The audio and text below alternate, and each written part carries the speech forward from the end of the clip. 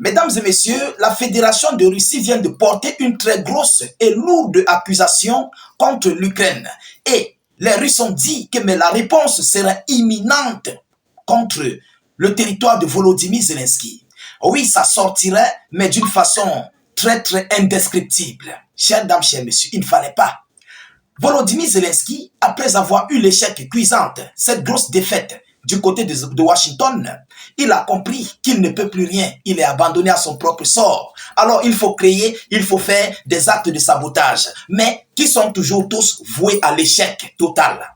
Ça ne change rien depuis 3 ans. Ça ne change pas.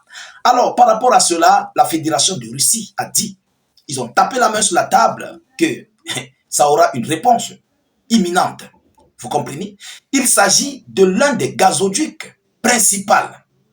Oui, le seul gazoduc qui ravitaille actuellement le territoire, le continent, je vais dire, le seul gazoduc qui ravitaille l'Europe, passant par la Turquie, qui vient d'être attaqué par des drones ukrainiennes. Ah oui, mesdames et messieurs, vous comprenez? Ce gazoduc s'appelle, c'est le gazoduc Turkstream. Oui, c'est le gazoduc Turkstream. C'est pour la 2e fois, toujours avec des échecs cuisants. Ils n'ont pas pu. Vous comprenez? Alors, vous savez que Vladimir Poutine utilise tous les canaux avec ses alliés. La Russie vend le gaz cher à la Turquie et la Turquie vend le gaz, ce même gaz plus cher aux pays européens. Alors Volodymyr Zelensky, cherchant à affaiblir la Fédération de Russie, après avoir bloqué le transit du gaz russe passant par son territoire, il veut faire des actes de sabotage. Mais ce n'est pas ça la guerre. Il faut faire la guerre sur le terrain. On récupère tes localités, tu ne peux rien. Et ces localités vont remplacer tout ce que tu as fait. Mesdames et messieurs, voyons voir ce que l'information officielle nous dit, selon ce qui s'est passé, selon ce gros doigt accusateur que la Russie vient d'envoyer à l'Ukraine et cette mise en garde. Qu'est-ce qu'ils disent? Chers dames, chers messieurs, partagez au maximum, mettez beaucoup de j'aime, abonnez-vous si vous êtes nouveau sur la page, n'hésitez pas à mettre suffisamment d'avis en commentaire. Alors, la Russie accuse l'Ukraine d'avoir à nouveau attaqué le gazoduc Turkstream, qui est l'un des gazoducs phares de la Russie vers l'Europe. Alors, la Russie a accusé hier, samedi, pour la 2e fois, en 2 mois, l'Ukraine d'avoir attaqué avec des drones, des infrastructures du gazoduc Turkstream, la seule conduite d'acheminement de gaz russe menant vers l'Europe, depuis l'arrêt du transit le 1er janvier via le territoire ukrainien. Selon le ministère de la Défense russe, les forces ukrainiennes ont tiré 3 drones sur la station Russkaya, située dans la ville de Gaïkodzor, dans la région méridionale de Krasnodar. Les 3 drones ont été abattus. Les 3 drones ont été abattus. Donc c'est un échec cuisant, très cuisant pour Volodymyr Zelensky. Les 3 drones ont été abattus à une distance sûre de la station par la défense anti-aérienne et n'ont pas provoqué d'interruption de son fonctionnement, a-t-il précisé dans un communiqué. En janvier, la même station avait été attaquée par 9 drones ukrainiennes et un bâtiment et quelques équipements avaient été légèrement endommagés par les débris d'un engin abattu. Mais la Russie répondra fermement à tous ces actes barbares que l'Ukraine, appuyée par ses alliés, ne font qu'envoyer sur le territoire russe, selon les informations. Alors, inauguré en 2020, le gazoduc Turkstream est capable de transporter chaque année 31,5 milliards de mètres cubes de gaz et relie le sud de la Russie à la Turquie. De là, il permet au géant gazier Gazprom d'alimenter l'Europe du sud-est et du sud, en particulier la Hongrie et les pays des Balkans.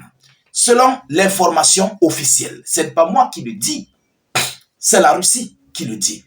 Mesdames, Mesdemoiselles et Messieurs, c'est l'un des gazoducs qui reste pour l'Europe. Russie pour l'Europe. Vous comprenez? Et Voilà ce que Volodymyr Zelensky cherche. Parce que lui, en fait, il se dit que c'est par là que Poutine gagne de l'argent. Ils ont détruit le Nord Stream 1, Nord Stream 2. Ils ont détruit. Mais ça n'a pas freiné, en fait, l'avancée des Russes sur le terrain. Ça n'a pas anéanti les Russes sur le terrain. Ils ont tout fait. Ils ont même mis en fumée certaines industries pétrolières russes. Mais ça n'a pas anéanti l'avancée des Russes sur le front. Ils ont tout fait. Rien n'a marché.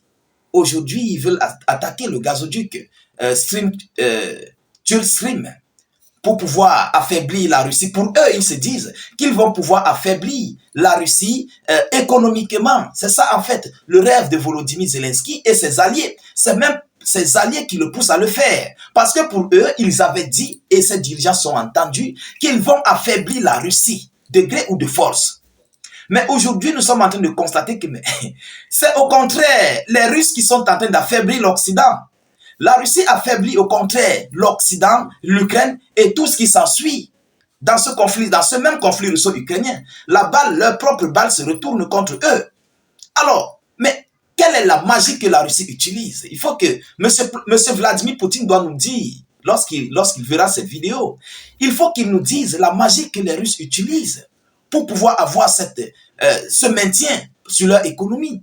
Malgré les sanctions, les blocages, malgré tout ce qui s'ensuit, la Russie tient debout. Et son PIB continue de grimper. Incroyable. Le PIB russe continue de monter en puissance. Mais au contraire, du côté des pays de l'Europe, ils s'affaiblissent au jour au lendemain. Du jour au lendemain, mesdames et messieurs. Et aujourd'hui, Volodymyr Zelensky et ses hommes continuent toujours de pouvoir attaquer ces mêmes gazoducs. Alors, je crois que Zelensky n'a pas encore compris que lorsque ton heure arrive pour avoir ton échec ou pour ton effondrement, peu importe ce que tu feras, rien ne va marcher. Et vous savez, Volodymyr Zelensky, en fait, il a un secret. Son secret, c'est quoi? C'est de faire maintenir plus ce conflit, plus il va s'éterniser au pouvoir. C'est ça, en fait, son rêve. Beaucoup de personnes ne comprennent pas. Le rêve, le souhait de Zelensky, c'est de maintenir ce conflit. Plus ce conflit est maintenu, plus sa durée au pouvoir est indéfectible, c'est indéterminé. On ne connaît pas quand est-ce que ce conflit prendra fin. Et c'est pourquoi même d'ailleurs, vous voyez, les Européens ne veulent pas à ce que, voilà, ce conflit puisse prendre fin comme c'est en train d'aller avec Donald Trump, les discussions de gauche à droite, les rencontres par-ci, par-là. Ça ne plaît pas aux Européens, plus précisément à Zelensky. Parce qu'il va sauter si ce conflit prend fin. Si on organise les élections là, il va sauter. Je ne vois pas un seul Ukrainien qui va voter pour Zelensky, sauf en cas de force majeure. En cas de mouchardage bouche à oreille, soutenez le président, votez pour le président. Mais un Ukrainien conscient, face à ce qui s'est passé sur le sol ukrainien, dans ce conflit russo-ukrainien, je ne vois pas celui-là qui va accepter voter pour Zelensky. Ça, c'est clair, il faut qu'on se dise des vérités. Son souhait, c'est de s'éterniser là, d'envoyer tous les hommes qui peuvent se lever demain contre Volodymyr Zelensky, de les envoyer au front.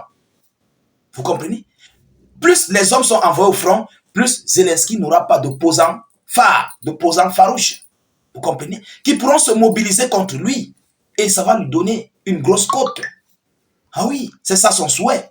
Il faut anéantir complètement tous les Ukrainiens. Mesdames, Mesdemoiselles et Messieurs, alors nous attendons la réponse de la Fédération de Russie. Nous ne manquerons pas de vous tenir informés par rapport à ce qui va en découler, de ce que la Russie va en découdre face à l'Ukraine. Donc, partagez la vidéoconférence au maximum. Continuez de vous abonner à nos différents canaux de réalisation YouTube, Facebook. N'hésitez pas, s'il vous plaît, de mettre suffisamment d'avis en commentaire. Et aussi, si vous n'avez rien écrit, mettez salut, état d'urgence en commentaire ou encore vive la paix dans le monde. Je vous reviens tout à l'heure pour une prochaine série d'actualités. Soyez encore salués une fois de plus. Ciao, ciao.